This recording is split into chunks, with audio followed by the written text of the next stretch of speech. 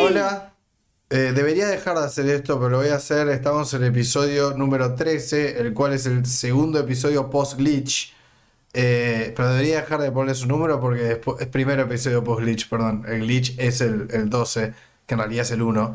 Eh, pero tengo que dejar de hacer esto porque después hay algún quilombo, ponerle, qué sé yo, en 2 semanas digo, che, Fidel, la luz de los primeros 11 capítulos es un asco y los borro todos y no se entiende, pero no importa.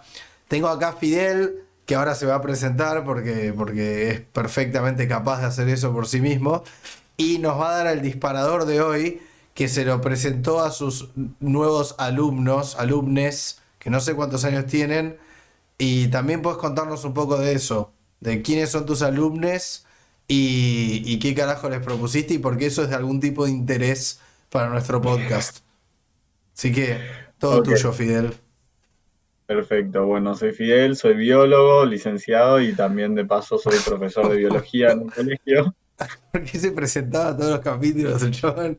Me Eh, dijiste vos que me presente. es verdad, es verdad. Yo me imaginaba más un hola, tipo, ¿no? El Ah, CV. no es presentación, es saludar. Es verdad, me va la Las palabras mía. me esconden. Es verdad, es verdad. En- Entonces, bueno, doy clase en un colegio y veo mucho teoría de la evolución con los chicos, que es mi tema de especialidad. Y ¿Cuántos años una de las tienen? cuestiones son de secundario, de entre séptimo grado y tercer año. Entonces tienen entre 13 y 15, entre 12 y 15. Sí, más con los más grandes se ve la parte de evolución, genética, herencia, toda esa parte. Cuestión que en un momento estábamos hablando de Lamarck, que es uno de los que plantea una de las teorías de bueno, no se llama evolución, sino teoría del transformismo previa a Darwin, y un punto clave para Lamarck es la existencia de la naturaleza y la idea de la naturaleza como gran fuerza creadora, una idea panteísta, donde ve a la naturaleza como la madre tierra o la Pachamama o Gea o Rea, como tantas otras culturas y mitologías la interpretaron. Y obviamente menciona una especie de impulso vital que lleva a los seres vivos a perfeccionarse y mejorar. Obviamente que la mayoría de esos conocimientos ya son atávicos, digo, hoy en día todavía hay una rama de la población que cree en cosas así, pero eh, la idea de que la naturaleza es una divinidad eh, quedó en el pasado, me parece, al menos en los círculos en los que me muevo. Sin embargo, hay una dificultad en definir la naturaleza, que ese sería el tema de hoy, ¿no? Como exactamente qué corno es la naturaleza eh, y por qué es importante para la biología, ¿no? Es medio el campo de estudio de la biología, ¿no? Estudio la naturaleza, estudio los seres vivos. Bueno, ¿qué quiere decir que uno estudia la naturaleza? ¿Cuáles son los límites si la quisiéramos definir? Bueno, vamos a explorar un poco tu pregunta entonces. Antes de explorar tu pregunta, ¿qué te respondieron tus alumnos? Más o menos, tipo. Claro. La naturaleza fueron al principio por la tautología, que es la más fácil. Es tipo, la naturaleza es la que contiene las cosas naturales. Dije, bueno, lo natural es lo de la naturaleza es natural, me dibujaste un círculo. O sea, eh, está muy bien, pero esas definiciones no nos son útiles porque finalmente es un término que se define a sí mismo. Eh, entonces, la segunda opción es, lo natural es todo lo que no es artificial y la naturaleza es lo que contiene a todo lo natural. Que bueno, está bien, pero ahí tenés un segundo problema, que es, tenés que definirme qué es artificial para poder decirme qué es natural, pues como una concatenación de definiciones. Para poder definir natural, tenés que definir artificial, y en artificial casi todos estaban de acuerdo que artificial son las cosas que hace el ser humano, ¿no? Los artificios son propios del ser humano, entonces hay una idea bastante arraigada, creo, que es que la naturaleza es todo lo que está fuera del ser humano, en cierto punto, como todo lo que está fuera del hacer, de la técnica, de la tecnología del ser humano. Y ahí ya empiezan los problemas, ¿no? Porque uno las empieza a cuestionar con contraejemplos. Ok, o sea, entiendo la línea que siguieron tus alumnos y yo para abordar esa pregunta lo primero que hoy en día a mis tiernos 27 años o sea, en el paradigma intelectual en el que estoy parado hoy, eh, siento que natural, o sea, yo abarcaría la discusión de cómo definir una cosa según, primero me preguntaría cuál es el nivel más apropiado o más conveniente para tener esta discusión. O sea, yo tengo hoy en día una impresión de la realidad y de la aventura intelectual de la humanidad, que es los fenómenos emergentes se dan en distintos niveles y siempre y cuando haya una correspondencia, o sea, siempre y cuando en términos reduccionistas uno pueda explicar, aunque con cierta dificultad, el sistema superior, podemos saltar entre nivel y nivel. Por ejemplo, hablar del clima por la posición de cada partícula en el gas que es la atmósfera es complejo y ridículo.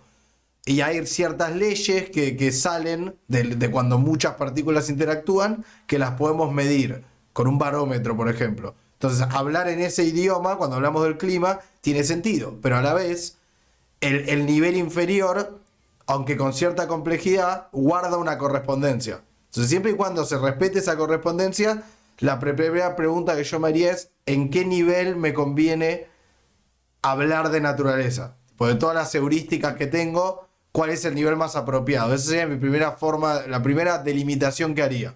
Entonces, lo que siento con la naturaleza es que es como es como la sociedad o el universo.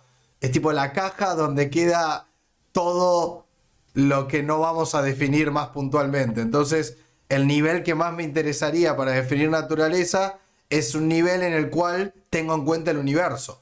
Porque ¿qué relativiza la naturaleza? El hecho de que estamos en un planeta de muchos astros.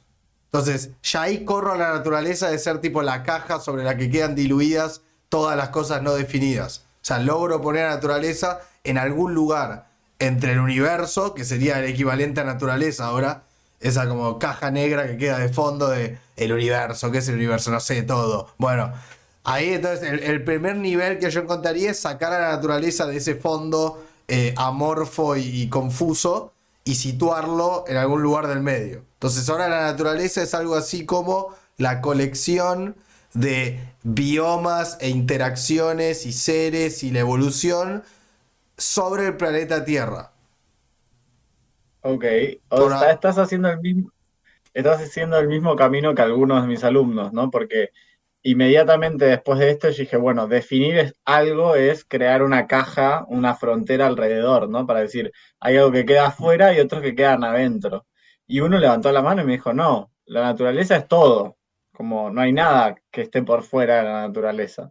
Y le dije, ok, entonces naturaleza es igual al universo, ¿no? Porque el claro. universo es todo, si la naturaleza es todo, ¿para qué tenemos dos palabras? Le dije, bueno, si tenemos dos sinónimos, tachamos naturaleza, nos quedamos con universo, o tachamos universo, nos quedamos Sí, sí, naturaleza, ¿no? Pero elijamos recontra. una. Yo estoy dispuesto a ver, yo las palabras las veo como herramientas. Entonces, estoy dispuesto a utilizar una definición de naturaleza que se circunscriba al planeta Tierra. Y creo que tener en cuenta la presencia del universo me da un marco para que la naturaleza pueda ser. O sea, yo entiendo que hay una definición abstracta de naturaleza que de haber vida en otros planetas, se podría hablar de naturaleza en esos planetas. Entonces, simplemente voy a hablar de la naturaleza entendida como el desarrollo de la vida en un astro, voy a definirlo así por ahora. Ok. Puede ser vida en un asteroide, entiendo. Bueno, pero vamos a circunscribirla a podría haber otras naturalezas en otros planetas que no conocemos. Todas esas naturalezas formarían la naturaleza en el sentido de la naturaleza de las naturalezas.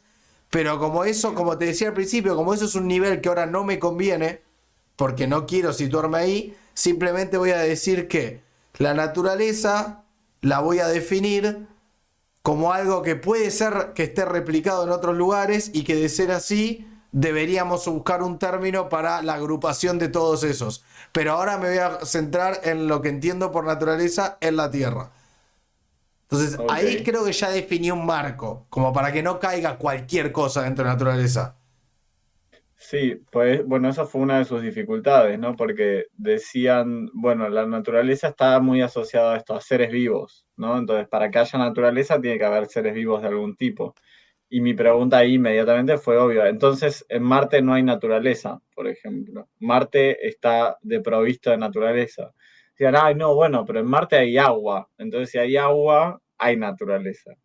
O la otra es, bueno, cuando el Apolo 11 viajó a la Luna, ¿no? Y Buzz Aldrin pisó el piso lunar, ¿había naturaleza en la Luna? Y después cuando volvieron dejó de haber naturaleza, es decir, como fue como una Yo, especie de, o sea, a de, ver, de bracito natural que llegó, tocó la Luna y volvió. y sí, yo lo veo O, así. O sea, según la definición que acabo de dar, yo lo vería así. O sea, la naturaleza sería un proyecto terrestre, en mi definición. Entonces, toda ok, colonización galáctica que se dé desde la Tierra hacia afuera es la naturaleza mandando un tentáculo. O sea, para mí el humano es un instrumento de la naturaleza terrestre.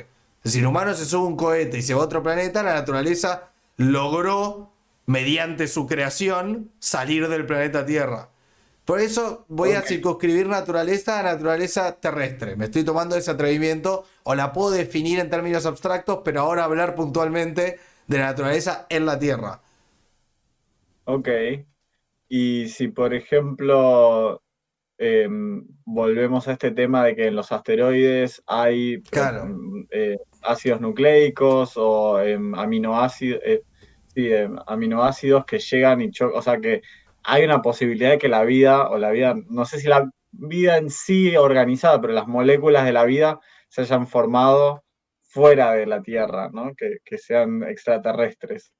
Entonces, ese brazo colonizador en realidad vendría de más atrás, es que como previo a la siento, Tierra. es que para mí siento que ese argumento, o sea, ese argumento me caga, pero no hay necesidad de ir a ese argumento para cagarme. O sea, ya decir que la Tierra como planeta es un desprendimiento en algún punto del Big Bang cuando se enfrió, es tipo, o sea, también, o sea, como lo vos cagaste a tus alumnos, le dijiste, bueno, yo no puedo decir que hay naturaleza en el momento en que hay vida, porque los ingredientes que dieron lugar a la vida tienen que haber sido naturaleza también. Entonces ahí ya me cagás con que todo, o sea, y no, no me importa si. Porque vos me podés decir, ok, apareció. Ahora tal vez me corregís lo que acabo de decir, pero vos me podés decir, apareció una molécula, no sé, un aminoácido que cayó de un asteroide Mm. y la fuerza del impacto volatilizó la parte posterior, pero la otra parte, tipo, no se. ¿Cómo se llama? No se carbonizó y el impacto hizo que dos aminoácidos se junten formando una proteína, qué sé yo, esas teorías locas que hay. Digo, bueno, está bien, pero todos los materiales que forman esa molécula ya están presentes tanto en la Tierra como en otros lugares. Entonces, ¿por qué empezar por ahí? Tipo, podés seguir esa Bueno, cadena hasta el final y llegás al Big Bang siempre. A eso voy. Tenés que hacer un sí, corte en algún lugar. Mi corte es sí, la Tierra. estoy de acuerdo. Igual estoy de acuerdo que nos quedemos con la Tierra porque, bueno, es como un poco el marco de referencia que tenemos, es el X0 Y0 para nosotros. Al mismo tiempo, el tema de los ingredientes me llamó un poco más la atención, ¿no? Yendo a la analogía hasta del barco de Teseo, o bueno, siempre que hablamos de qué es un ser vivo, si yo agarro un fosfolípido, que bueno, es como una grasa de la que están hechas la membrana de las células, es decir, si yo tengo un montón de fosfolípidos en una tirita, no tengo una membrana celular.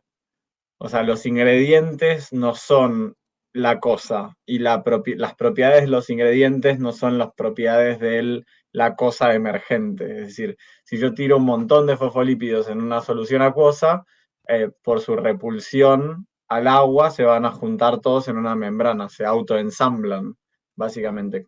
Y de golpe tengo una membrana celular, no porque los fosfolípidos tuviesen en sí la propiedad de ser una membrana celular, sino que es de estas propiedades emergentes que decís vos que aparecen solo en un nivel superior, condiciones particulares y con ingredientes asociados particulares. Porque si no, uno tiene siempre ese problema de la vida, o sea, los ingredientes para la vida son ingredientes no vivos y la vida está viva.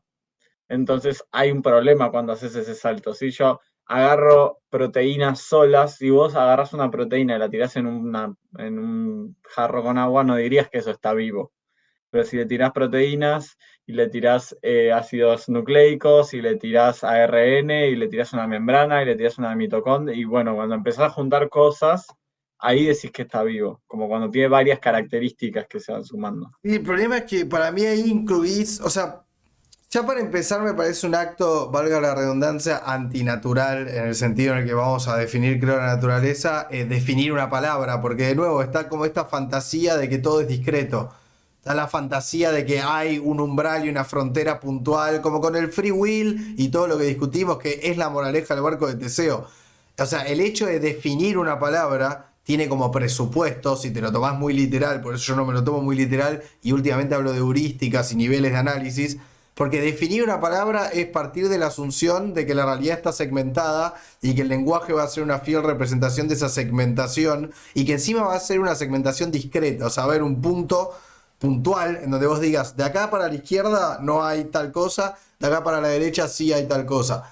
Yo no creo eso y creo que el lenguaje como lo entendemos y como lo queremos usar no nos puede dar una imagen del mundo porque el mundo es un degradé constante y el lenguaje intenta dividir y el espíritu del lenguaje no es marcar esas transiciones, es cortarlas porque el lenguaje lo usamos los humanos para sobrevivir en una escala muy particular donde hay ciertas cosas que las podemos volver discretas porque la lupa está muy afuera. Entonces, ya definir la palabra naturaleza tiene la presuposición que hay una diferencia muy clara entre la vida y la no vida. Y entonces, yo no estaría de acuerdo con una definición de naturaleza que empezara solo cuando hay vida. Porque creo que el proceso que nos da la vida, como todos la tenemos en la cabeza cuando hablamos de naturaleza, es un momento medio en la historia de la naturaleza, no un momento cero. Pero si me Mm. tomás esa definición, quiere decir que para atrás tiene que haber otra disolución bizarra entre los precursores de la vida, que es nada más que materia no viva ordenada de maneras muy interesantes por la erosión del clima o lo que fuere, y el momento previo a eso, que debe ser ese momento en el que esos mismos ingredientes están, pero no en una situación propicia para que se autorreplique, ¿entendés? Entonces siempre vas a ir saltando de posta en posta hasta que llegues al Big Bang, porque el idioma te está pidiendo algo que simplemente no está. Entonces hay que hacer concesiones, salvo que alguien crea que estas cosas son discretas, y yo no lo creo. Entonces, en el lugar donde me pararía yo, tal vez es decir, bueno, a mí me parece que la naturaleza es eh, un nivel de explicación posible de los muchos. Y digo, ¿cuándo me sirve hablar de la naturaleza? Para mí me sirve hablar de la naturaleza cuando estoy hablando de la Tierra. Eh, Me parece que es una... Y cuando quiero hablar de fenómenos que exceden la Tierra, me parece que la palabra naturaleza podría conceder no usarla en ese caso. Como digo, si me tenés que decir, bueno, ¿dónde te puedo negociar? Te digo, bueno, está bien, circunscribamos naturaleza a la Tierra o la naturaleza terrestre, si querés que el término pueda ser usado en otros planetas similares a la Tierra y le agregás después de naturaleza el nombre del lugar donde estés. Y Mm. para mí la naturaleza entonces yo la empezaría por definir así. Pero para salir de la paradoja, yo la cortaría por Ok, ahí. perfecto. Sí, ahí es donde ponerle varios de los chicos en la clase llegaron a una conclusión de ese estilo, como decir, bueno, la naturaleza es lo que tienen los seres vivos están en la Tierra, entonces, bueno, la naturaleza es parte de la Tierra y parte de los seres vivos, ¿no? Como que si no hay seres vivos, no hay naturaleza. Y en el único lugar donde sabemos que hay seres vivos con total seguridad es el planeta Tierra. Entonces usémoslo para eso.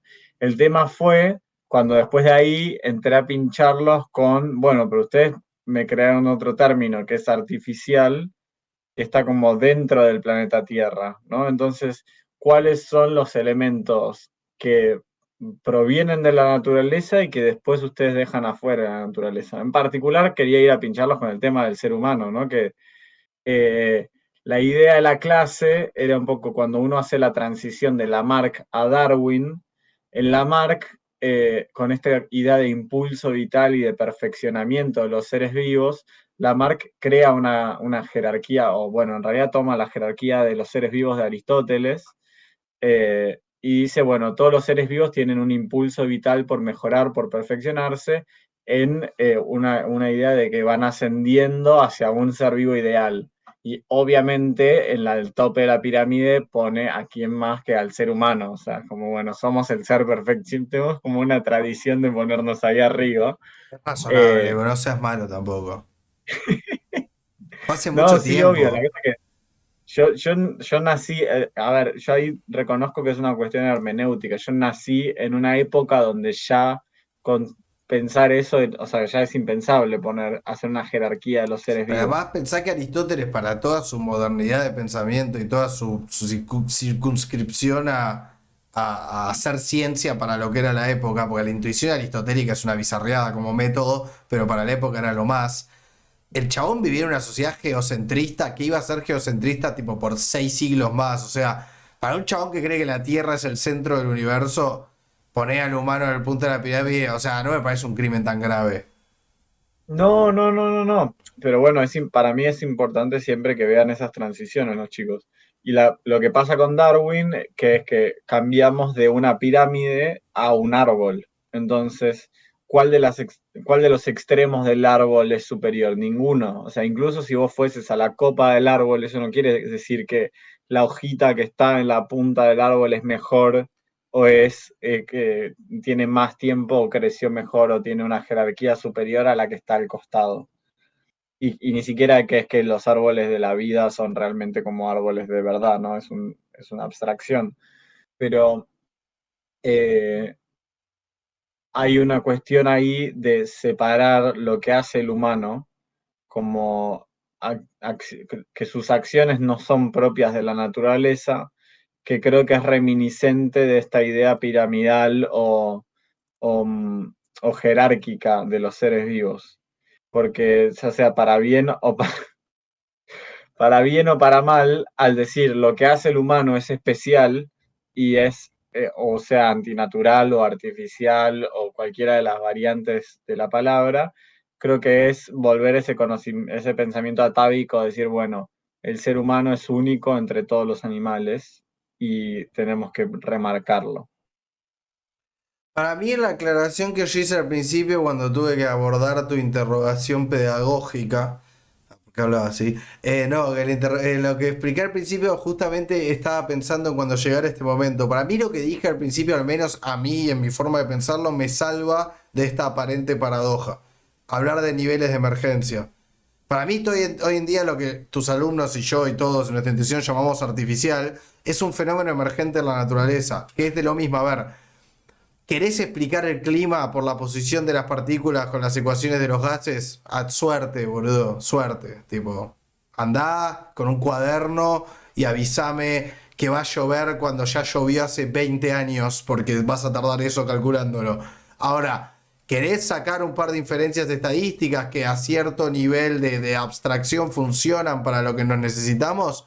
Listo, perfecto. Hablamos ahora del clima. Así como hablamos de Fidel y de Sebastián, como siempre discutimos que no está tan clara nuestra diferencia entre el entorno y nosotros, pero para lo que nos concierne, algo así como Fidel y algo así como Sebastián están hablando por Discord ahora, y tal vez un neutrino le resultaría una simplificación tipo escandalosa lo que estoy diciendo, pero a nosotros no. Y yo creo que el lenguaje viene a nuestra supervivencia y no al revés, por eso estoy en contra de Hume, a Iot y después a Is, cada vez lo creo más. Entonces, lo que digo es, todo lo que hoy en día llamamos artificial es un fenómeno emergente de lo que acabamos de definir, al menos yo acabo de definir como naturaleza. Entonces, hablar del intelecto y del lenguaje humano en términos de naturaleza es como intentar explicar un gas sumando la posición perfecta de todas sus partículas. Al pedo. Por eso hablé de niveles. ¿Es al pedo? ¿Es posible? Probablemente sea posible. Debería, si la escala de reduccionismo es como la ciencia cree que es, tiene que haber una forma muy engorrosa y molesta de hablar de la cultura humana en términos biológicos y no de hablar de artificialidad. Debe haber. Debe haber y debe haber mucha gente intentándolo. Lo único que digo es el lenguaje de la cultura, de la sociedad, bla, bla, bla, bla, bla, son heurísticas más cómodas para hablar del humano. Entonces, la palabra artificial, si querés la usamos, pero para mí tiene una carga peyorativa. Eh, Iba a Sería ir a mejor ese hablar de punto. fenómenos emergentes en todo caso, que artificiales o antinaturales. Claro, iba a ir a eso ya justo que mencionaste a Hume, la idea de que toda observación está cargada del odds que uno tiene de antemano. Voy a tomar tu teoría como el deber ser, que cuando se usa el artificial o antinatural, bueno, antinatural sobre todo, ¿no? Antinatural ya es tipo peyorativo al máximo, es casi como que digas una aberración. Hay algo de moralista cargado en la palabra, decir como, bueno, lo que no es natural es malo y lo que es natural es bueno. Que Igual, primero para, hay no algo de eso vieron que es ningún interesante. documental de... ¿Cómo? Perdón que te interrumpí, pero esta parte me interesa. Que hay algo de eso que es interesante a nivel intuitivo. Para mí también es una pelotudez. Mismo porque la naturaleza está bastante lejos de la ética que hoy en día proclamamos. O sea, nadie quiere que violemos y matemos y nos comamos crías ajenas sin consentimiento, que es como funciona la naturaleza en la gran mayoría de los Con casos. consentimiento tampoco queremos que nos comamos las crías. Bueno, está bien, pero ni siquiera existe la cuestión del consentimiento. O sea, pero no importa, lo que voy es. Lo que digo es que hay una intuición que me parece razonable en un sentido evolutivo, de decir, entiendo de dónde viene la gente que quiere confiar instintivamente en la naturaleza, porque es un método que funcionó durante muchos millones de años, para bien o para mal. O sea, como volvamos a las analogías con las apuestas. O sea, hay algo de apostar por el statu quo que es una apuesta razonable. Entonces, que alguien muy profundamente, ya en su, te diría preconscientemente, ya el tipo de sistemas que heredamos de maneras más tipo inconscientes, apostemos por el statu quo y que me digas la palabra naturaleza es como que me digas la tradición más antigua de todas. Sea lo que definimos como naturaleza, una de las primeras definiciones tiene que ser lo que más viene pasando. Tipo, no hay ninguna definición de naturaleza que no sea tremendamente tradicional. Sería una estupidez definir naturaleza como una innovación. Salvo que estemos hablando de la historia del universo. Pero digo, dentro de la Tierra, la naturaleza es lo que más viene pasando en el tiempo. Entonces, que algún instinto conservador asocie la palabra natural a algo que por lo pronto sabemos que funciona, no me parece una locura. Obviamente después los términos se deforman, se manchan, pero digo, el drive originario de decir voy a asociar natural a algo que sé que funciona y funcionó hasta ahora, tipo viniendo más de la aversión al riesgo, digamos, no me parece una locura que se dé. A eso voy. Terminé. Mm, sí, sí, sí, no, lo entiendo, o sea, hay una cuestión que como somos especialmente conservadores como animales, Más en el pasado, pero todas las religiones, tipo, todas las mitologías se fundían con lo que creían que era la naturaleza. Siempre era tipo un dios, básicamente era una antropomorfización del clima, del océano, y tipo, esas leyes eran, bueno, no toquemos lo que tipo, es la naturaleza, fuck it. claro, pero ahí yo podría incluso hasta acercarme a estar de acuerdo, pero me parece que hay un abuso del uso de naturaleza, donde me quedé frisado, ¿no? Ahí Sí, sí. ahora volviste, volviste. Eh, Hay un abuso de la palabra naturaleza donde se definen como naturales comportamientos que no, digo, que no tienen más, o como antinaturales, comportamientos que no tienen nada de más o menos natural que otros. La típica es, obviamente, basa el comportamiento sexual de los humanos y te empiezan con natural, antinatural, como que lo natural es formar una familia o ser heterosexual o lo que sea. Y es como, no hay ningún tipo de evidencia para que ese sea el caso. Creo que es una palabra bastante bastardeada, porque en esa idea de que es lo tradicional y es como lo que se hace desde siempre, se usa para legitimar Obvio. moral, una moral que es todo lo contrario, que es muy específica de un tiempo y un lugar. Como que se Recontra, hace pero. una falacia ad natura, una cosa No, así. pero digo, o sea, una cosa es cómo se usó y se usa, y otra cosa para mí es el planteo en abstracto. O sea, a ver, de la misma forma, yo lo veo así, yo creo que hay ciertas cosas que la naturaleza viene haciendo. Por eso está bueno lo del perspectivismo. O sea, hay ciertas actitudes que están en otros mamíferos, al menos su génesis. Digo, que uno puede trazar una línea y decir, el humano no inventó esto. Y hay otras cosas Claro. que sí parecen ser una innovación. Entonces, yo no digo que esté mal innovar. De hecho, si considero al humano un fenómeno emergente de la naturaleza, en algún punto nuestras innovaciones son la naturaleza innovando sobre sí misma. Digo, volviendo a que en el plano reduccionista todo tiene que corresponderse. Entonces, yo no estoy en contra de la innovación. Lo que digo es que la intuición de no innovar porque al menos el statu quo garantiza que el planeta no va a explotar, porque llegamos hasta acá, no me parece una postura evolutiva que sea una locura. Después puede ser que se Mm, aplique mal ese argumento, que se crea que algo viene pasando y en realidad no venía pasando. Lo que digo es, en abstracto, el argumento no me parece razonable, a eso iba. mm. Después alguien puede Sí, sí, usar sí. algo, puede ser un argumento válido que esté mal usado, tipo en lenguaje IPC, que digas, la homosexualidad es una aberración y vienes y no, chabón, tipo hay animales que están en celo, se van a coger lo que sea, o sea, como demostrar que no es algo nuevo.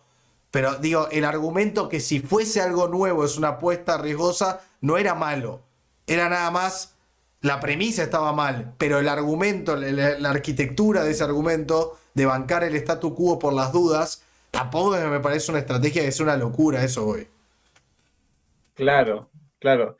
Sí, sí, a sea, lo mí, que uno bueno, cree que es el statu quo, a eso voy. sí, sí, sí, sí, sí, sí. El tema es, para mí hay algo importante, yo siendo biólogo, de desterrar la moralidad de la naturaleza, porque siento que siempre se usa para justificar estupideces o directamente aberraciones, o sea, crímenes espantosos, Y pero ahí siempre legando. perdón, acabas de usar un montón de palabras con carga moral. O sea, vos como biólogo, ¿qué quiere decir que un crimen es aberrante? ¿Por qué? Lo está diciendo como humano moral. El adjetivo aberrante viene de la moral, no viene de la biología. Entonces, si hay que desterrar la moralidad como biólogo, no podés arrancar diciendo que un crimen es No, aberrante. no, no, no, no, no digo desterrar la moralidad, digo desterrar la asociación de natural es algo moralmente bueno y no natural es algo moralmente malo. Ahí a eso. No, no, no digo desterrar la moral. Yo soy una persona moral, creo, no sé. Yo creo que O todos lo no sé. somos, es inevitable no serlo. Eh, Porque digo, y la indignación es totalmente moral. Bueno, los adjetivos que usamos todo el tiempo, boludo. Aberrante debe ser el adjetivo más cargado de moralidad del mundo. Eh, pero pará, no, lo que te quería decir es que una cosa es que sea un dispositivo, justamente, tratar algo de natural es un dispositivo que políticamente se emplea y funciona, porque creo yo está esta intuición adentro de cada uno que apostar a la naturaleza por lo pronto es una apuesta razonable. Entonces, obviamente va a haber un espejismo y toda la propaganda política, y por propaganda me refiero a el Imperio Romano, no tiene que ser propaganda moderna, me refiero a todo discurso público orientado hacia una parcialidad o una facción, va a tratar de representar sus intereses como el statu quo. Salvo en la modernidad donde la innovación se volvió por primera vez en la historia una suerte de mérito. Tipo, hasta hace muy pocos siglos hablar de innovación era tipo, sos un revoltoso, man, sos Jesús. ¿Qué innovación? No te metas con las tradiciones de los antiguos. Hoy en día la innovación tiene mejor prensa y se usa políticamente. De hecho, conservador es muy peyorativo en la mayoría de las discusiones.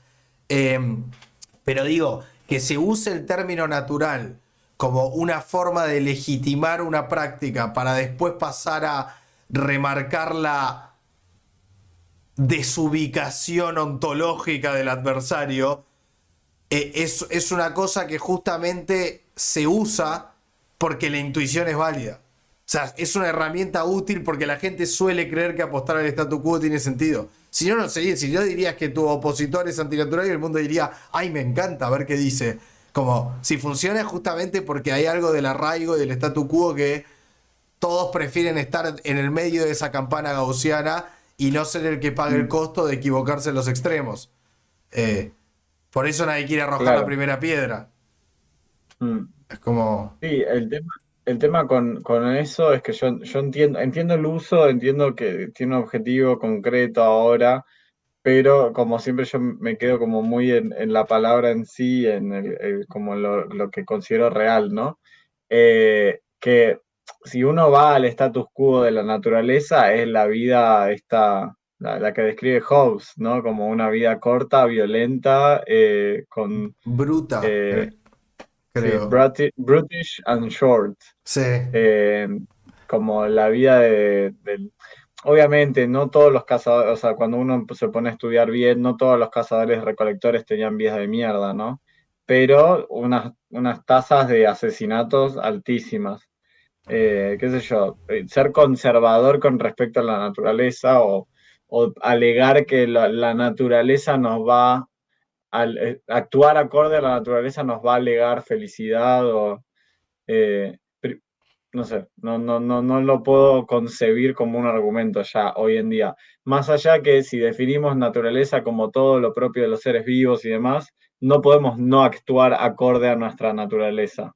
Es como que no podemos inventar algo por fuera de la naturaleza. Todo lo que inventemos está dentro de la naturaleza. No, y si vos me decís que logramos algo así como la civilización y que la civilización hoy en día existe y que nosotros nacemos preparados, ponele, para la selva, pero la civilización nos ataja de chiquitos y nos hace reprimir un montón de cosas, yo te diría, bueno, la civilización es parte de la presión selectiva, es parte del ambiente hoy en día. O sea, para mí es un fenómeno emergente de la naturaleza, como lo puede ser la reproducción diferencial, la escasez de recursos. O sea, digo, es una cosa más del panorama. Hoy en día un bebé humano nace y todo eso que llamamos social o cultural actúa de formas muy análogas a lo que estamos dispuestos a llamar selección natural. Nada más terminó siendo una definición intuitiva, decir, bueno, si hay hojas y llueve y no hay un techo, eso es natural, y si hay una ciudad, eso no es natural. Pero digo, entiendo que eso esté en la mentalidad así intuitiva, como una diferenciación que nos es útil en el día a día, pero digo, volviendo a las definiciones de biología, eh, si realmente creamos un sistema que nos ataja y nos hace adaptarnos, es un componente más de nuestro entorno. Tipo, si yo nazco y tipo la gente por peer pressure me castiga si quiero buscar mi gratificación integral, si le quiero pegar a otro nene para tener lo que él quiere, bueno, es como cuando, de hecho hay muchos estudios sobre el egalitarismo de los cazadores recolectores. Y lo que descubrieron muchos antropólogos y biólogos que estudian eso, después cito la fuente, me da paja ahora, Pinker igual la llega a citar, pero de Pinker para abajo hay muchos, que ese egalitarismo, porque hay mucha gente del palo de Rousseau, los contractualistas eran tres básicamente, Hobbes, Rousseau y Locke. Y están puestos tipo en un continuum. Para Hobbes el estado de naturaleza es tipo una suerte de Walking Dead post-apocalíptico donde cualquier solución es mejor que eso. Para Locke el estado de la naturaleza es un poco una paja, pero por un grupo de barra bravas que no quieren comportarse socialmente, entonces hay que instaurar un estado para controlar a los violentos. Y para Rousseau, la cultura nos cagó. Para Rousseau hay un mito del buen salvaje. De hecho, en el libro de Sapolsky en Behave hay todo un capítulo que es Rousseau contra Hobbes. ¿Cuál es el origen del humano? ¿El buen salvaje o el salvaje hobbesiano? Y en el medio está Locke. Bueno, ese fresco que pintaban los contractualistas tenía mucho que ver con la solución que iban a proponer. Según qué tan inminente sea el estado de naturaleza, más licencias te puedes tomar con el Estado. Es una operación bastante razonable. Ahora, lo que yo quiero decir es que, salvo que seas rusoniano, mucha gente usa algunos datos, o sea, mucha gente rusoniana usa datos de los cazadores recolectores que ignoran lo que decís vos de la tasa de homicidios. Porque es verdad que eran sociedades, eran grupos profundamente igualitarios. Se compartían mucho las cosas y tenían muchas reglas para que nadie pueda tiranizar a los otros. ¿Cuál es el secreto? El enforcement. La manera de enforcear ese sistema era que el que flasheaba lo recagaban a trompadas. Entonces, cuando vos ves los métodos de enforcement que tenían para casi imponer ese egalitarismo, justamente habla de cuál es la naturaleza humana. Por eso después de la revolución agrícola, cuando fortificarse y empezar a tipo a copiar cosas fue una opción a otra escala, inventamos la tiranía a gran escala. O sea, como que realmente si vos tenés que tener tanto esfuerzo puesto en que nadie tiranice al otro, es porque hay muchos que tienen ganas de tiranizar. En el esfuerzo que uno emplea se nota cuál es el drive. O sea, es muy razonable. Si los colegios tienen que ser tan estrictos con el tema de compartir al principio, es porque no queremos compartir. Si no, sería muy fácil. Entonces, digo, hay mucho mito del buen salvaje que en realidad en los momentos históricos que se dio, costaba casi todo el trabajo de la tribu mantener ese sistema. Era un sistema costosísimo, por ende antinatural en los términos de lo que queremos hablar ahora. Lo que quiero decir yo es, todo sistema que el humano diseñó para constreñir su naturaleza es un fenómeno emergente. Es algo así como si querés ver a la selección grupal, que para muchos biólogos es una atrocidad, pero si la querés ver como una suerte de reverse engineering, ¿viste? O sea, ese funcionalismo que se permite a veces de hablar de fines porque es más heurístico, aunque todos saben que en el fondo no hay un mecanismo con teleología. Es eso, es una heurística, es decir, bueno, es parte de la naturaleza, es una fuerza más. Si la naturaleza, partiendo de la base que la naturaleza no hace nada, es ciega hacia el futuro, si la naturaleza pudo diseñar, que no lo diseñó porque es ciega hacia el futuro, pero voy a hablar en estos términos, si pudo diseñar climas y vegetación y agricultura y cosas que nos sometan a una presión selectiva en materia de nutrición y de temperatura, si pudo diseñar un bioma en donde tenemos que sobrevivir, si ya tuvo los medios para diseñar eso, para mí no es mucho pedir hacerme aceptar que tuvo los medios para diseñar el Estado moderno. Es el mismo grado de Mm. complejidad, es nada más una forma en que el ambiente nos presiona. Entonces, si ya te tomo lo primero, si ya la naturaleza puede ser responsable del clima, no me cuesta creer que puede ser responsable de la sociedad postindustrial. Me parece que es la misma concesión.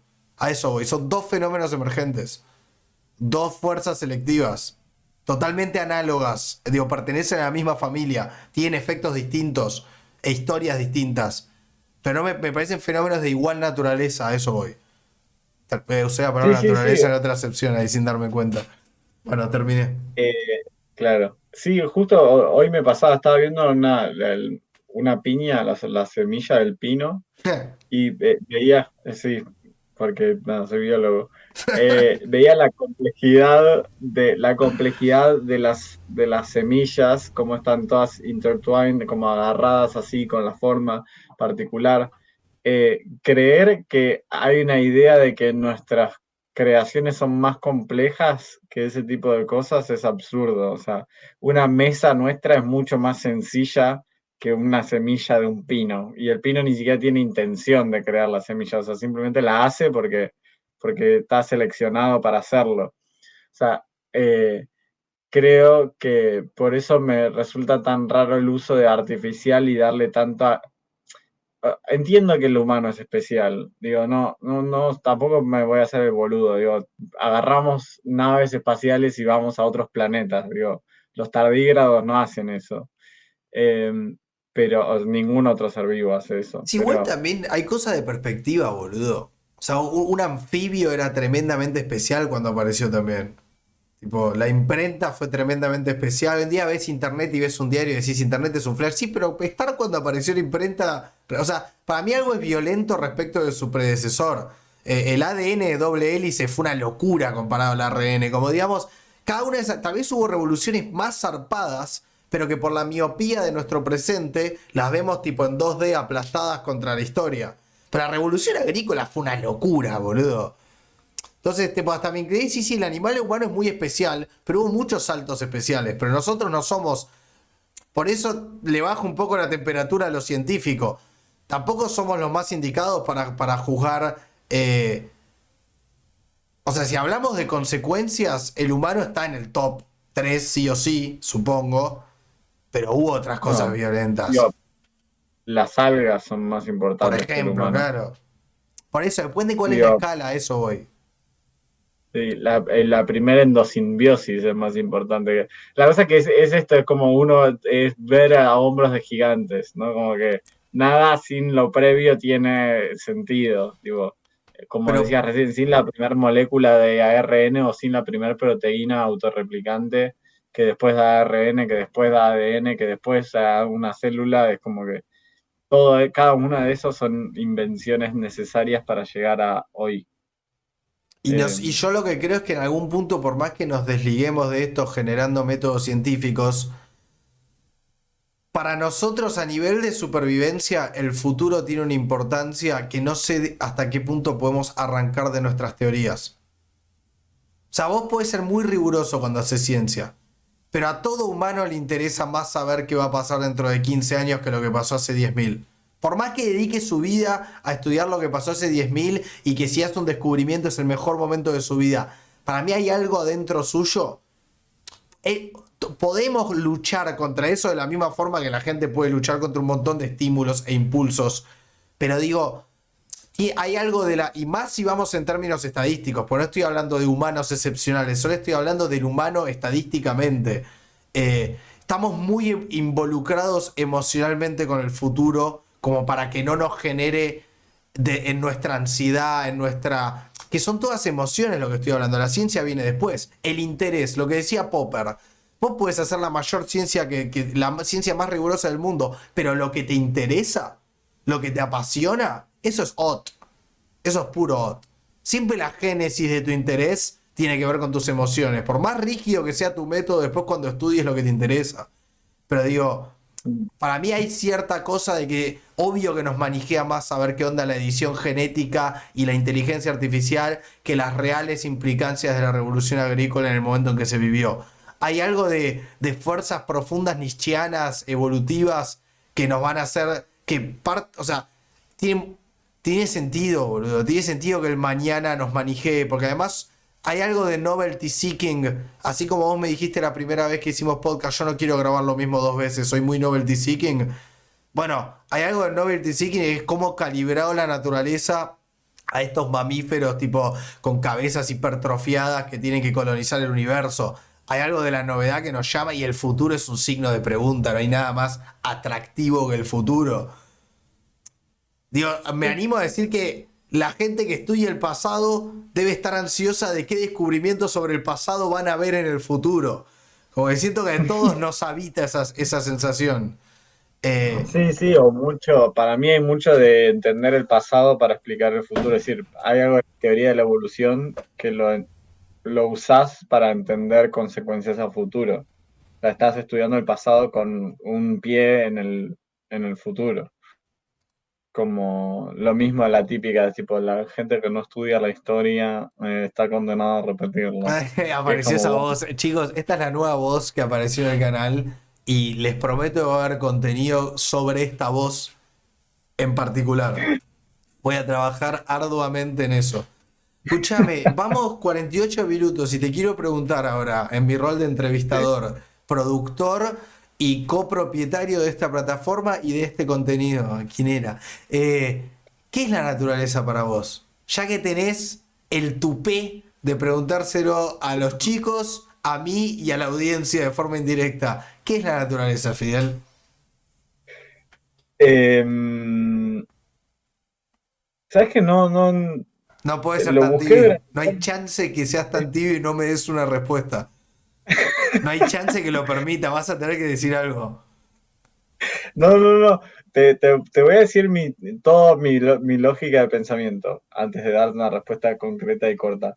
No lo sé porque comparto con vos esta idea de que los límites son absurdos. Me pegué ese palazo en la facultad, como yo estaba muy obsesionado con el concepto de especie, de qué es una especie, eh, como cuál es el límite, especialmente con el caso de perros y lobos que se pueden mezclar y coyotes, y después, por otro lado, humanos, los sapiens, Denisova y Neandertal, que, o sea, nosotros, bueno, no sé vos en particular, pero yo siendo descendiente de europeos, soy mezcla de sapiens y Neandertal, probablemente. No me hice un análisis genético, pero soy una mezcla de lo que se consideran dos especies.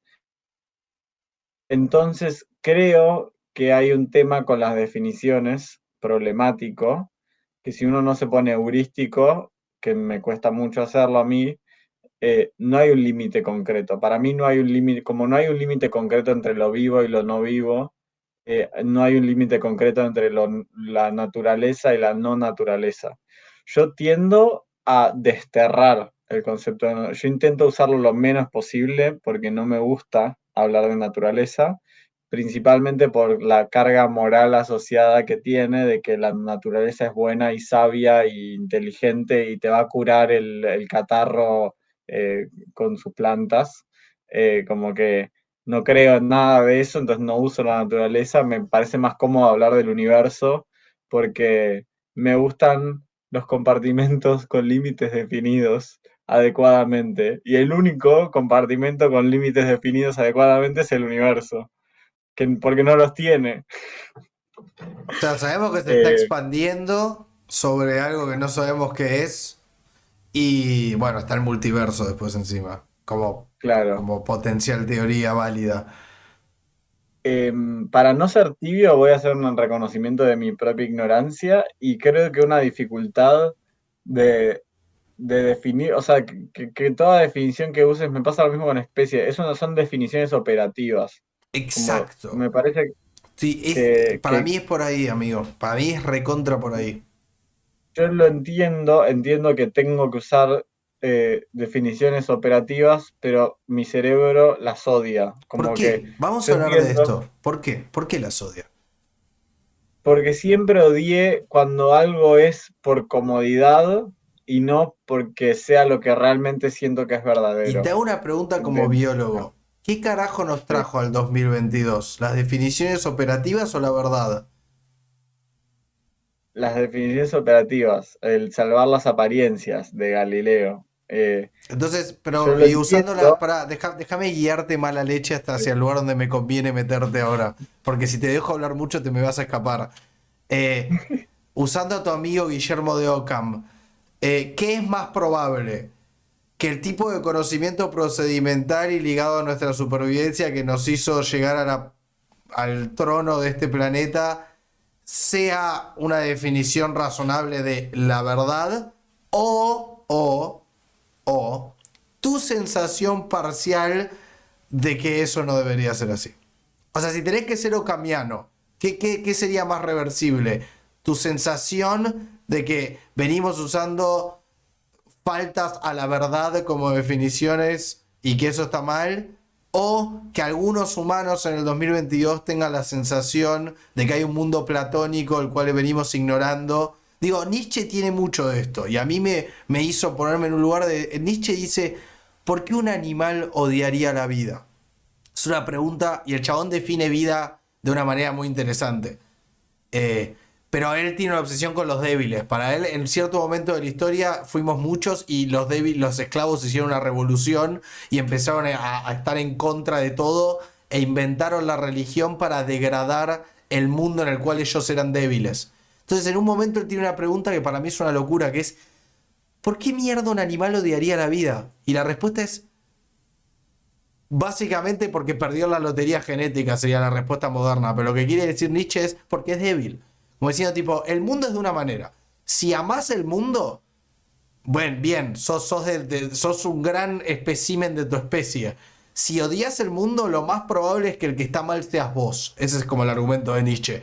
Tipo, lo más probable es que todo tu apego a la verdad platónica, es que tipo son las palabras de un animal débil quejándose que no es musculoso. O sea, es como la idea y para mí hay algo de verdad en eso, porque Nietzsche decía que la estética es toda la verdad.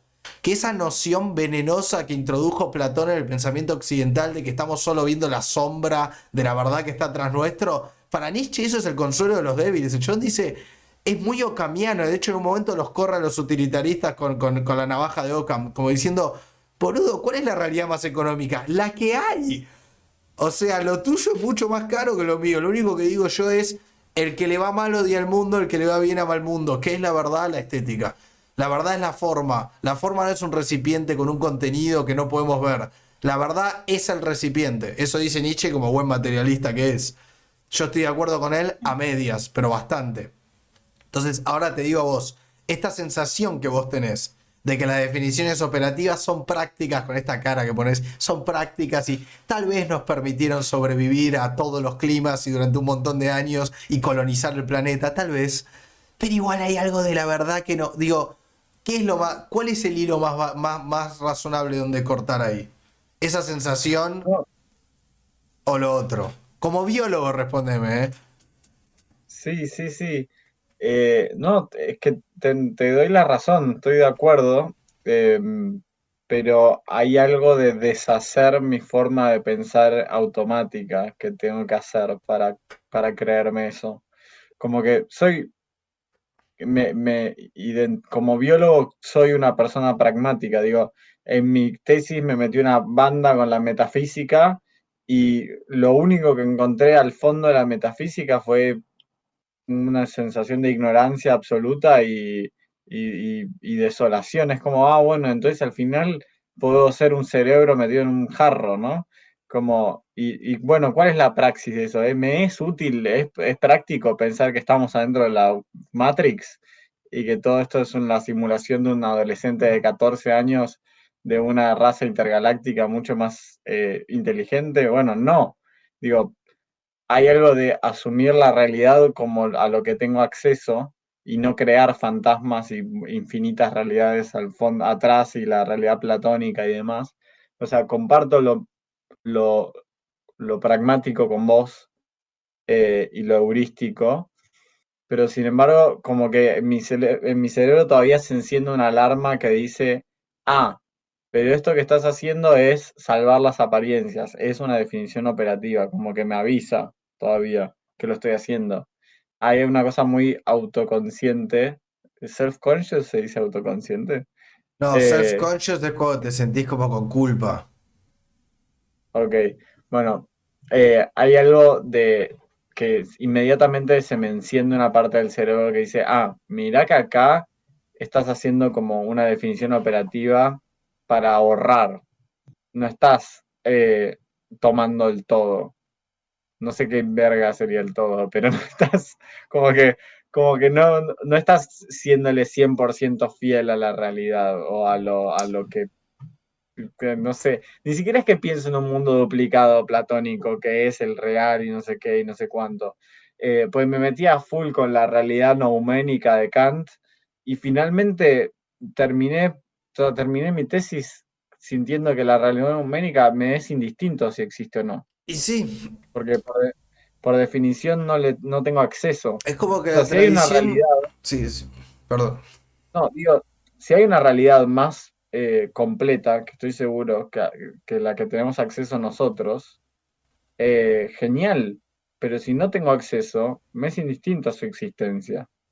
No, Ahí sí me pero pongo por contra. definición hay una realidad más completa que la que tenemos acceso, porque nuestro acceso es limitado y de hecho hay muchas definiciones que dicen que sabiduría es saber qué ignorar.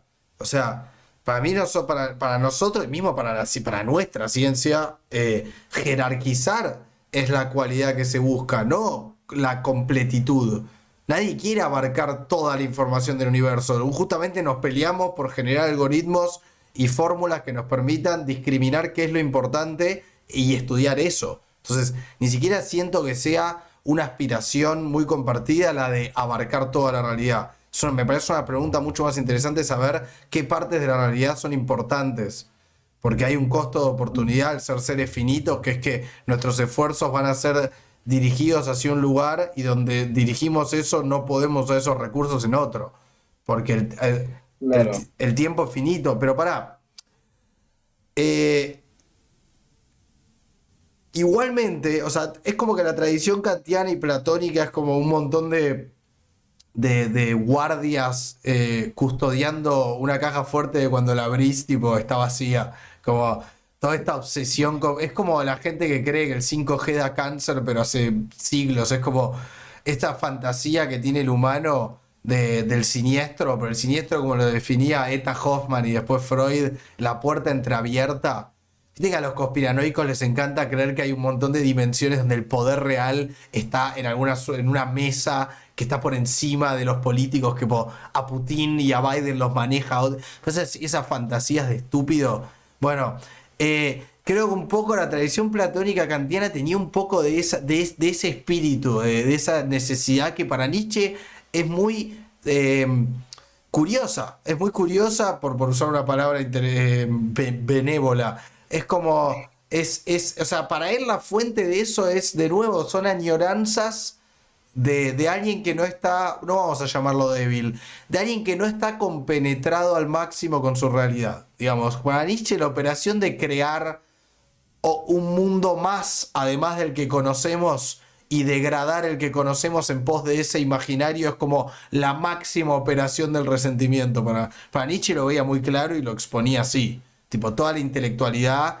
De hecho, eras un estudio muy fuerte de Grecia, de la oposición entre Apolo y Dionisio en el ocaso de los ídolos. Y para él toda la dialéctica socrática, que es de la que medio que toma toda la sociedad occidental, es como la precursora del monoteísmo para él. Ya es meter de nuevo esta obsesión con la verdad en ese sentido de la esencia, con esa verdad que requiere cierto estoicismo, cierta pureza, la cultura ascética religiosa, la idea del ermitaño que se vuelve abstemio y célibe y se escapa a un templo para no mancharse de la realidad.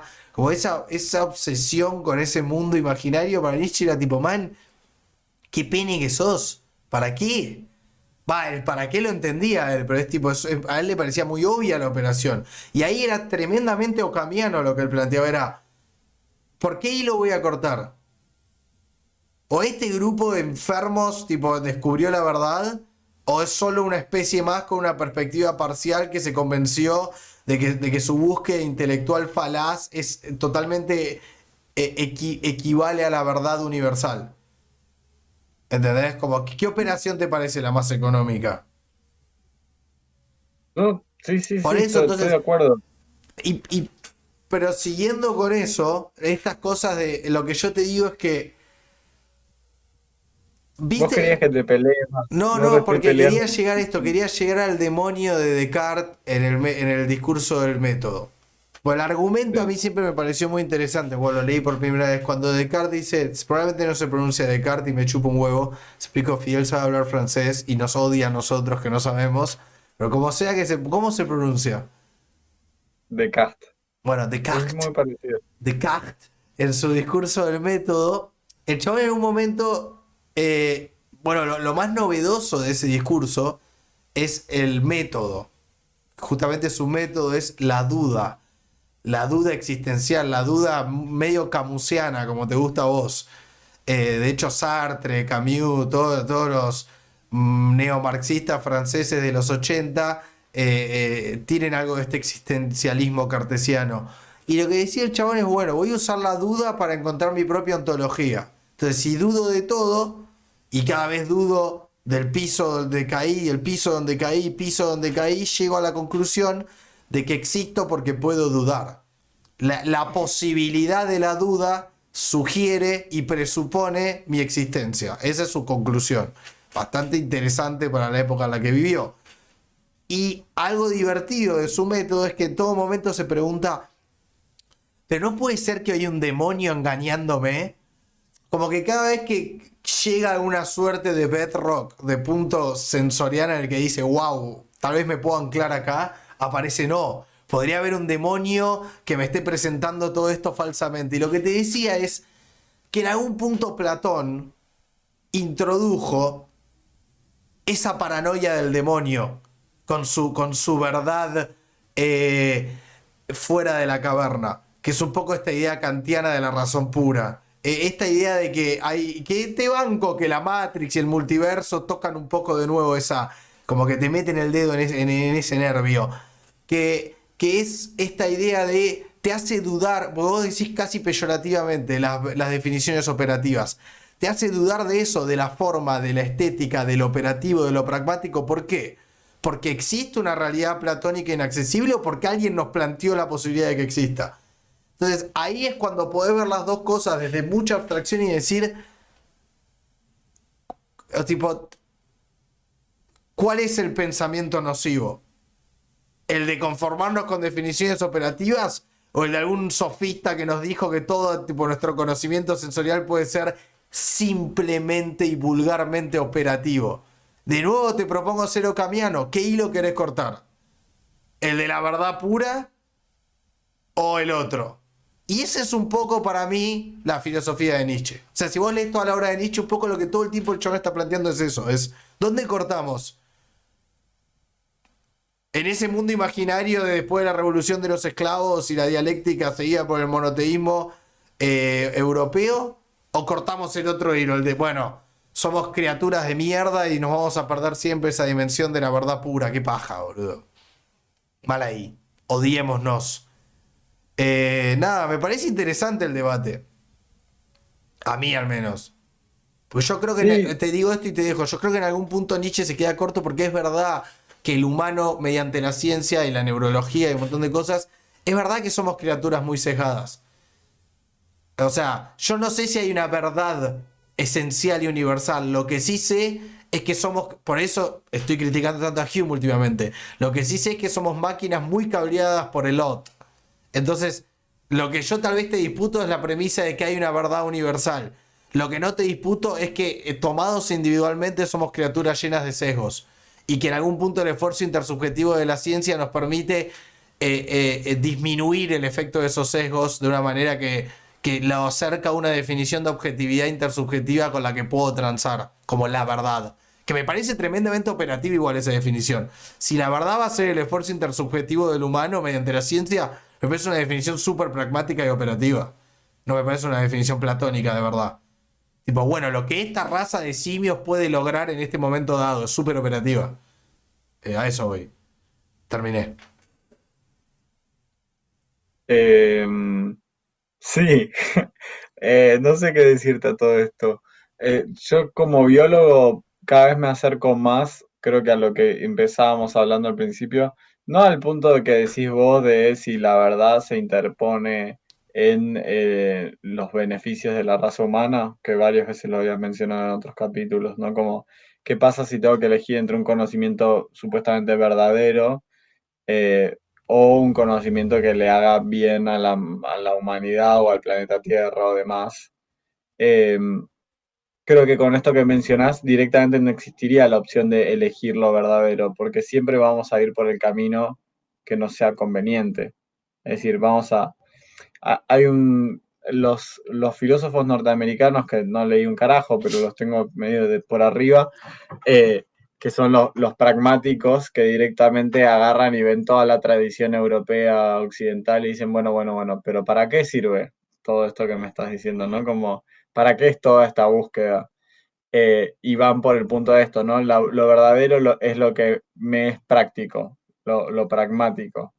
Al mismo tiempo, ahí entiendo que hay una dificultad de decir, bueno, pero hay algo que estoy asumiendo como falso, aunque me sea como que de vuelta, eh, siento que en todas esas discusiones, cuando uno se empieza a poner cada vez más meta, se va embarrando la cuestión y directamente haría el corte por la cuestión materialista que vos mencionás de Nietzsche, que yo no lo leí, pero la cuestión de, bueno, voy a hacer lo que creo que es correcto y lo que va a maximizar el bienestar mío y de mis fellow human beings y punto.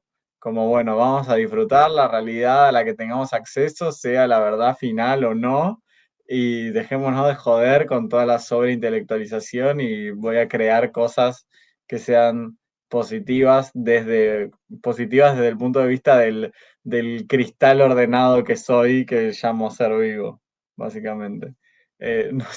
No sé, estoy muy confundido a este Y, punto. pero ahí Estoy estás, como pero estás desarmando mi obviando un cerebro. montón de problemas que todavía no resolvimos, boludo. Porque te viene un chabón de 25 años, todo trabado, lleno de salud, y le dice al discapacitado y al viejo, yo no voy a compartir mis recursos con vos porque yo trabajo más que vos. Y ahí volvés o sea, este futuro utilitarista en el que todo el mundo llega a la conclusión de que tenemos que repartir todo y nuestra ontología tiene que ser la más benigna, es un punto al que todavía no llegamos. Todavía no se terminó de definir si El sistema previsional tiene que bancar a todos los viejos, que la tasa de mortalidad cada vez se aleja más. Si la población económicamente activa tiene que ser tasada impositivamente como lo es. ¿Qué carajo vamos a hacer si la tasa de natalidad, en vez de estancarse, empieza a subir de nuevo? O sea, hay un montón de discusiones que en última instancia se ponen muy darwinistas, porque es quién es el más fuerte y cuánto vamos a compartir, que es un poco para Nietzsche la revolución de los esclavos. Y digo, hay mucha gente en el mundo hoy en día, en nuestro país y en otras culturas muchísimo más, que no está de acuerdo con la filosofía utilitaria. Entonces, ni siquiera es que estamos de acuerdo en ese punto, ese es justamente el debate. O sea, te tomo que si toda la humanidad se pusiera de acuerdo en eso y no por la fuerza, el camino hacia adelante tal vez no sería tan complejo. Es, bueno, listo, ya decidimos la filosofía, la ontología, el régimen político, vamos a vivir. Pero digo, estás como dando un paso inicial muy piola que es desaparecen todos los conflictos mágicamente y toda la humanidad está mirando por el mismo lado. Yo creo que esto que decís vos, que vamos a hacer lo que más nos conviene, tiene el agravante de que hay muchos agentes que creen que cosas les convienen y que todas esas cosas son divergentes y están en disputa. Para mí ese es el gran... Esa es la cancha donde se está jugando el debate hasta ahora. Si todos tuviéramos una noción de nuestras definiciones operativas y pragmáticas que convergiera, que creo que fue un poco era un poco el objetivo de este siglo XXI hasta que Putin se le ocurrió romper las pelotas. O sea, del mainstream del siglo XXI, obvio que África y Asia tipo, todavía no entró en esa en gran parte y ellos podríamos estar hablando con uno de ellos diciendo, locos, somos la mitad del mundo y nadie nos preguntó y tipo tenemos un montón de preguntas irresueltas, pero como que un poco estaba habiendo medio un embudo de win-win, de círculos virtuosos, de un montón de geopolítica y de políticas públicas y continentales que parecían estar diagramadas por gente que entendía un poco cómo hacer converger estas cosas desde lo económico, lo ambiental, todo. Y hoy en día parece que estamos de nuevo retrotrayéndonos a una seria disputa de hegemonía en el más alto nivel. O sea, de nuevo estamos yendo hacia un mundo bipolar. Por eso, ¿cuántas potencias y de qué calibre banquen a Rusia va a dirimir si esto va a ser una pequeña mancha que nos va a unir más a todos, como la Copa América para Argentina, o si realmente vamos a entrar en otra etapa de colisión en el más alto nivel, que era algo que parecía resuelto en este siglo. Entonces yo creo que no, si yo censo a todo el mundo, no sé si todo el mundo está de acuerdo con la opción de, che, lo mejor es lo que le dé más felicidad a la mayor cantidad de personas. Yo no sé si, ni siquiera sé si en la capital federal sale más votada esa postura, incluso. Así que creo que estás haciendo una asunción muy copada, pero no sé qué tan realista. Sí, no sé, yo de vuelta, todavía no tengo cerrado mi sistema de pensamientos que creo que nunca lo voy a tener cerrado. Sería problemático si no, si tuviese una ideología permanente, ¿no? Como que no cambia, que no está puesta en disputa en ningún momento. Ya la idea de coercionar a otros para que piensen igual que yo me parece tan lejana e imposible de lograr como, no sé, no sé. Realmente eh, estoy perdiendo la esperanza de que logremos, o sea, estoy necesitando ese enemigo intergaláctico muy rápido. No sé, hoy, bueno, hoy era un día particularmente picante en Argentina, ¿no? 24 de marzo que salen, si uno está en Twitter especialmente, esto que vos mencionás es patente, ¿no? Hay un montón de gente tratándose mal sobre, ni siquiera sobre un tema eh, particular ahora, no es un conflicto militar ahora, ¿no?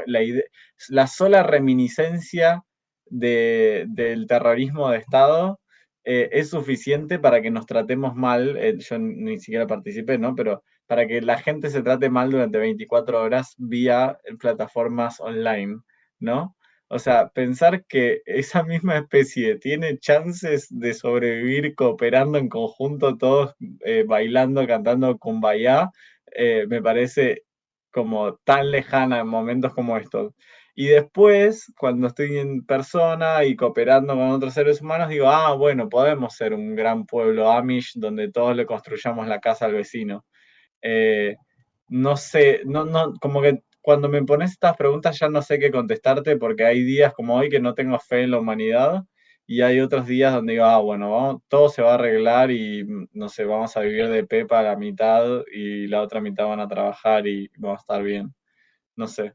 Yo recuperaría el framework que ya hemos tratado cuando nació el enemigo intergaláctico, que es tipo el doble filo de la oxitocina. O sea, eh, hay un poco, hay una paradoja, hay que ver cómo se resuelve. No sé, yo recomiendo el libro Moral Tribes, que habla un poco de esto, porque parece ser que en la versión de todos bailando alrededor del sol de los Simpsons de Lionel Hutz, el que no ve los Simpsons no entenderá la referencia, es posible, paradójicamente, cuanto más claro esté el enemigo.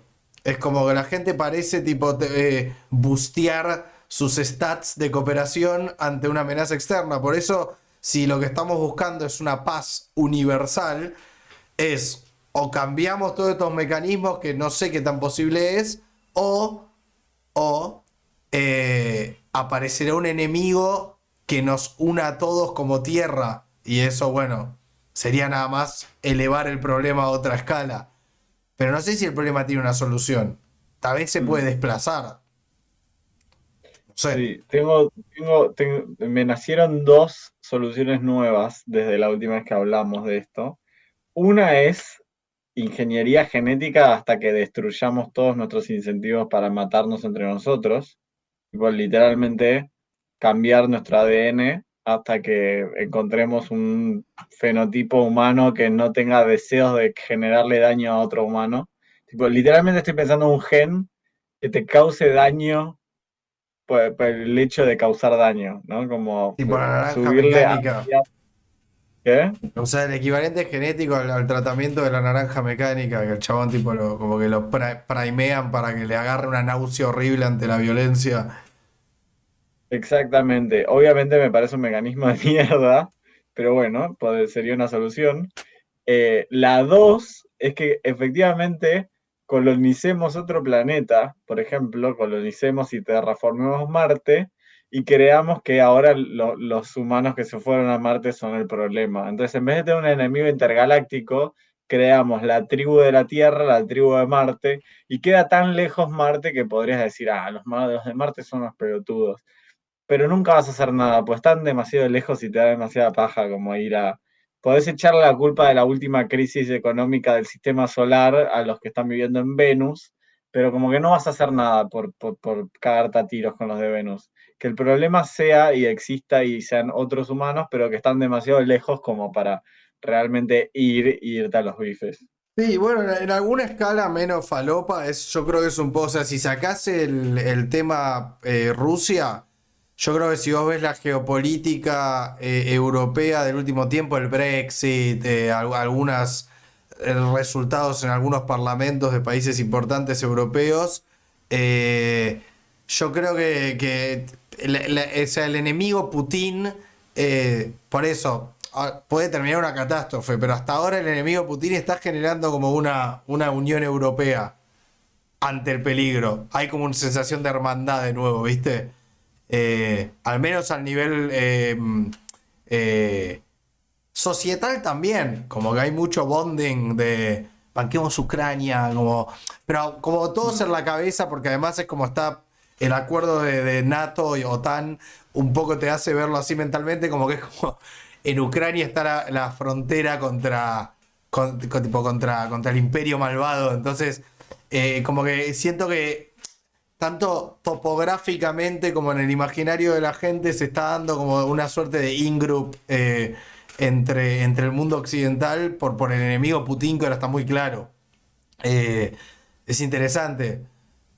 Debe haber mucha gente midiéndolo, habrá que esperar para ver los resultados, pero ya va a haber varias universidades que se están yendo a medir algún tipo de indicadores sobre este fenómeno y ya aparecerán, pero sería interesante verlo después. Sí. Vamos 1 hora y 20, no sé si querés seguir o darle de baja hoy. No, yo creo que podemos cerrar. Lo único que se me ocurrió con esto que decías es que siempre dentro de este in-group que parece mayoritario hay como voces discordantes que, por Obvio. ejemplo, apoyan a Rusia o creen esto que mencionabas antes de la búsqueda de la verdad, que ni siquiera que es que apoyan a Rusia, es como, bueno, Rusia, porque Rusia se siente amenazada, porque en realidad la OTAN tiene arriba a sus grandes dueños masónicos del gran judaísmo comunista global de agenda LGBT que Bien. quiere con George Soros vacunarte a tus hijos para causarles autismo, que en realidad no está tan mal, les cuento. Y el 5G como una idea de que hay siempre, aunque crees un in-group donde digas, bueno, todos bancamos Ucrania porque Putin es claramente un hijo de puta, siempre hay un pelotudo que salta queriendo hacerse el distinto de que, no, bueno, porque en realidad, no sé si en algún momento podamos resolver eso. Primero porque iríamos en contra de esta idea de que la diversidad es Es el que eso te máximo iba a decir, no valor. sé si es necesario resolverlo, o sea, para mí hay que desplazarse del nivel individual al nivel estadístico, o sea, para mí una sociedad en el siglo XXI tiene que tener el, el grado suficiente de acuerdo para que siempre y cuando sigamos viviendo en un mundo donde no existe un estado de estados, que eso lo quiero discutir más en profundidad otro día, siempre y cuando los estados estén en una situación de estado de naturaleza entre sí, o sea, eh, lo que yo pido, lo que yo esperaría y lo que creía que se estaba dando era, dado los métodos de... A ver, la democracia es como una gran boligoma que, que genera un montón de situaciones internas en cada estado, pues la mayoría de los estados son democráticos, garantiza ciertas cosas que después en el escenario internacional tipo facilitan otras cosas. Entonces como que para mí tiene que haber el grado suficiente de homogeneidad para que el régimen político sea democrático. Y yo no espero una sociedad homogénea en donde todos opinen lo mismo. Por eso, yo creo que lo que se está quebrando ahora es otro mecanismo, que no tiene que ver con que todos opinemos lo mismo, que son mecanismos que tenían que ver con que el concierto internacional podía descansar sobre ciertos patrones institucionales que estaban generando círculos virtuosos en la sinergia de la política internacional y eso se vio disrompido, no sé cómo se dice. Eh, yo por eso es como que es un argumento muy complejo el que quiero hacer y ya es muy tarde, pero a lo que me refería es que para mí, a la hora de analizar la sociedad, está buena el pluralismo disidente a nivel del individuo. O sea, hay la unidad de análisis es la persona. Yo quiero al conspirador que cree en el 5G, quiero al zurdo, quiero al facho, quiero la ultraderecha, quiero la ultraizquierda, siempre y cuando la ley sea clara y tipo se respete la integridad. O sea, para mí la libertad de expresión está buenísima. La discusión de plataformear o desplataformear gente que tiene opiniones muy extremas, estoy dispuesto a darla, pero ni siquiera tengo una postura tomada. Ahora, cuando hablamos a nivel estadístico societal, sí pretendí un poco y pretendo un poco de homogeneidad. Yo creo que el relativismo tiene un límite y que las democracias de corte occidental son, no sé si el mejor régimen posible, pero el mejor régimen presente. El que mejores soluciones da a nivel internacional y quiero más de eso. Entonces, busco la homogeneidad en el concierto internacional en este sentido, pero no busco la homogeneidad a nivel de la opinión pública, a nivel societal. Por eso quería hacer esa distinción de niveles. Sí. Listo. Estamos de acuerdo. Bueno, buen episodio, me gustó. A mí también. Nos fuimos de la naturaleza al final, pero bien. Boludo, la geopolítica es claramente un fenómeno emergente de la naturaleza, si la línea que seguimos tiene algún sentido. Sí, sí, sí. Y si tu solución se da, que mandamos otros humanos a otros planetas para tipo empezar como una suerte de Boca River interplanetario, eso sería realmente un fenómeno emergente de la naturaleza. Porque Sí. sería, Uy, o sea, la ah, geopolítica en ese caso sería un drive de la selección natural que tiene como resultado, quieras o no, el esparcimiento de la naturaleza terrestre a lo largo del universo. O sea, es un bootstrapping de la Tierra para afuera. sí. Me imaginé tipo un estadio al estilo Estación Internacional entre Me medio de encanta Marte y la chabona Tierra. es así como si tuviera un productor al lado, es tipo alguien diciéndole que está la comida. Me encanta porque lo hiciste re seria, tipo, como que te están trayendo un memo, ¿viste? Sí, me tengo que ir. Pero sí, me imaginé tipo sin naves visitantes, así. Estaría, Está bueno eso. estoy para Está bueno, sí. eh, que resolvamos nuestra violencia interna de una forma un poco más civilizada. Y bueno, el deporte que cristalizó mucho en nuestros instintos de violentos. Estuvo bueno. Pero bueno, lo seguimos la que viene. Mientras hablas con tu equipo de producción. Dale, Eh, sí, acá me dicen por cucaracha que me tengo que ir a la mierda. Se enfría la comida. bueno, un saludo a quien sea que esté ahí del otro lado tuyo. Un saludo a la gente de Twitch. Un saludo a la gente de YouTube. Un saludo a vos. Un saludo a mí. Y te dejo las últimas palabras como siempre. Un saludo a todos. Cuando me decís eso no sé qué decir. Bueno, gracias a todos por escucharnos y nos vemos en el segundo episodio post Glitch. Exactamente. Bueno, chao Fidel, gracias. Adiós, gracias a vos. Bye.